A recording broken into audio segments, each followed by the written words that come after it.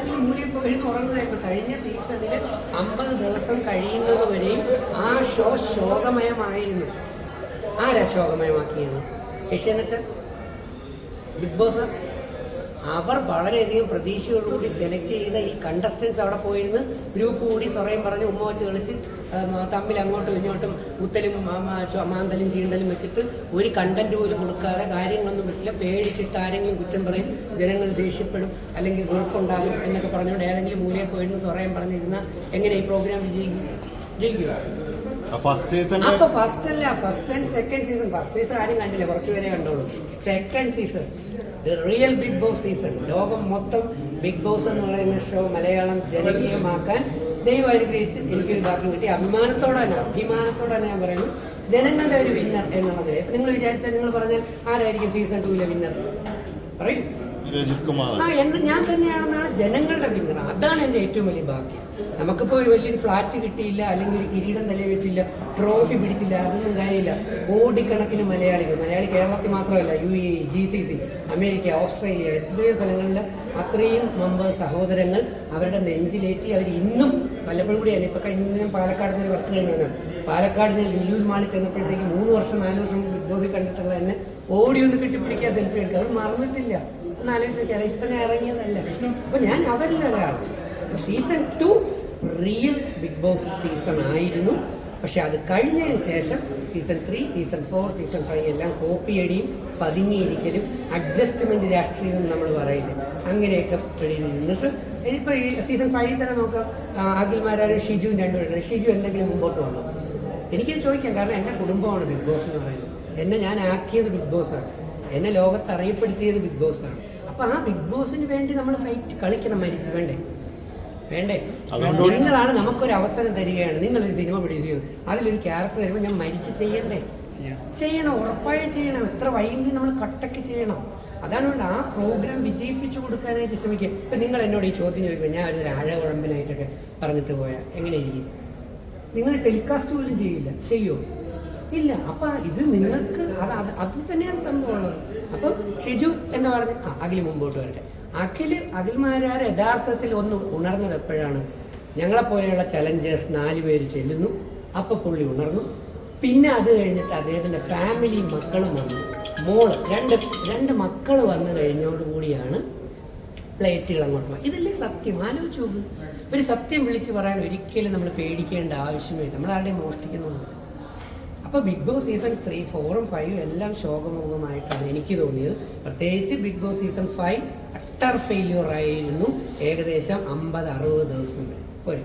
അപ്പോൾ big Boss season 6 ഞാൻ പ്രതീക്ഷയോടെ കാത്തിരിക്കുന്നു. വേറെ ഒന്നും കൊണ്ടല്ല, എടുക്കുമ്പോൾ ഇവർ വളരെ പ്രതീക്ഷയോടെ എടുക്കുന്നു. ഇപ്പൊ ഞാൻ ബിഗ് ബോസിലേക്ക് സെലക്ട് ചെയ്യുന്ന ആളാണെന്ന് പോയി, ഞാൻ മോനെ അതിലേക്ക് സെലക്ട് ചെയ്യും. നീ എന്താ ഇന്റർവ്യൂവിൽ വന്നാൽ പറഞ്ഞു, ഞാൻ അവിടെ പോയി അത് ചെയ്യും, ഞാൻ ഇവിടെ പോയി ഇത് ചെയ്യും, ഞാൻ തകർക്കും. ഒപ്പം പ്രതീക്ഷയോട് നിനക്ക് ഞാൻ ഒരു അവസരം തന്നു.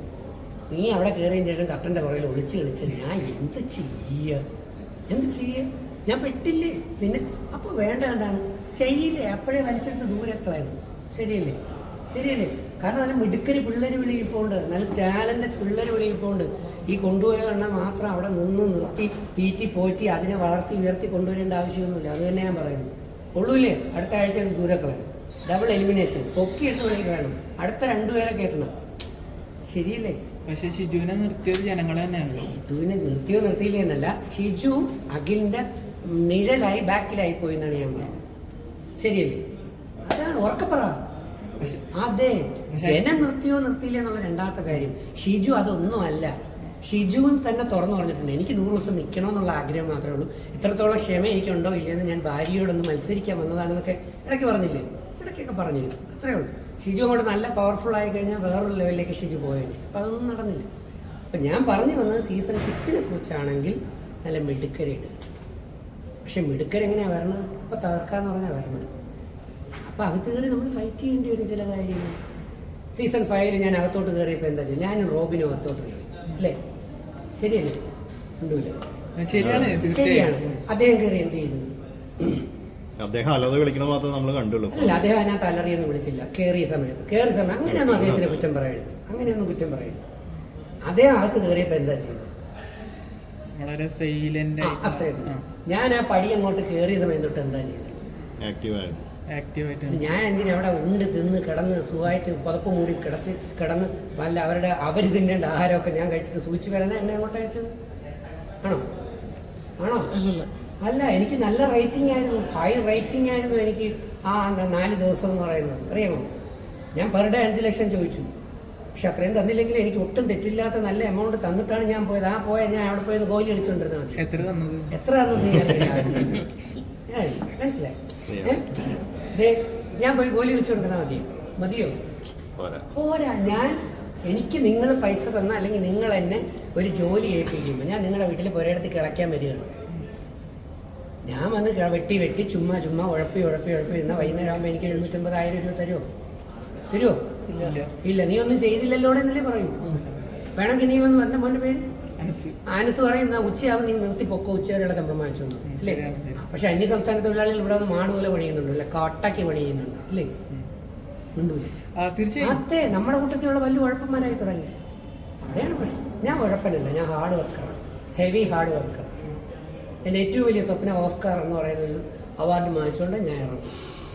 എനിക്കതിൽ തെളിയിക്കണം എന്നുള്ളത് വേറെ ഒന്നുമില്ല. ഒരു അച്ഛനില്ലാതെ വളർന്ന ഒരു മകൻ, തെരുവിൽ നിന്ന് വളർന്ന് കയറി ഒരു അമ്മ പാടുപെട്ട് കഷ്ടപ്പെട്ട് തോത്തിയ മകൻ, അവൻ ഏറ്റവും ടോപ്പ് വരെ എത്തി. കിട്ടിയില്ലെങ്കിൽ വേണ്ട ഉണ്ടാക്കി അല്ലേ? എന്നാൽ നമുക്ക് സ്വപ്നം വെച്ചുകൊണ്ട് മുമ്പോട്ട് പോകാം. ഇന്ത്യൻ സിനിമയിൽ നിന്ന് ഓസ്കാർ കിട്ടുന്ന പ്രതീക്ഷയുണ്ടോ? നമുക്ക് പറയാമല്ലോ.